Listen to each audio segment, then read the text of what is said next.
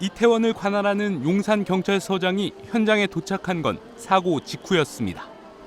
그런데 용산서장이 서울경찰청장에게 보고를 위해 처음으로 전화를 한 건 무려 1시간이 훌쩍 지난 11시 34분이었습니다. 이때 전화를 받지 못한 서울청장은 2분 뒤인 11시 36분에야 용산서장에게 전화를 걸어 보고를 받았습니다. 언론 보도까지 막 시작되고 있던 시점입니다. 윤익은 경찰청장은 심지어 0시 14분에 첫 보고를 받았습니다. 112에 압사 위기 관련 첫 신고가 접수된 그날 오후 6시 34분을 기준으로 보면 무려 5시간이 지나서야 경찰 지휘부에 보고됐다는 겁니다. 이상민 행정안전부 장관도 밤 11시 20분 소방을 통해 사고를 인지한 것으로 전해졌습니다. 대통령실은 어땠을까?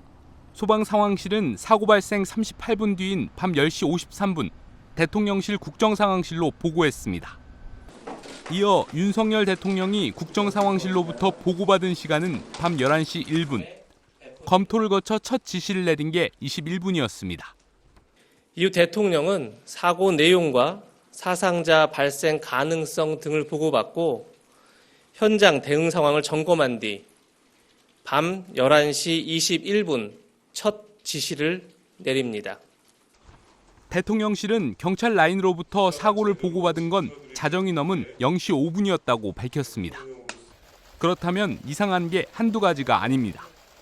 대통령이 11시 1분 보고를 받기 전까지 핵심 기관장인 경찰청장과 서울경찰청장, 주무부처 장관인 행정안전부 장관이 모르고 있었다는 얘기가 되기 때문입니다.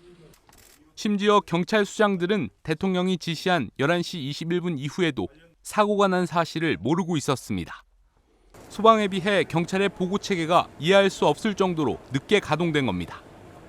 또 112로 압사당할 것 같다며 심각성을 알린 첫 신고 또한 행정안전부에 전달되지도 않은 것으로 알려졌습니다.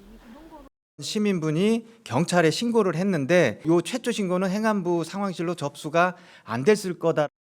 각종 의문에 대해 경찰은 현재 수사와 감찰이 진행 중이라며 일체의 답변을 거절했습니다. MBC 뉴스 신재용입니다.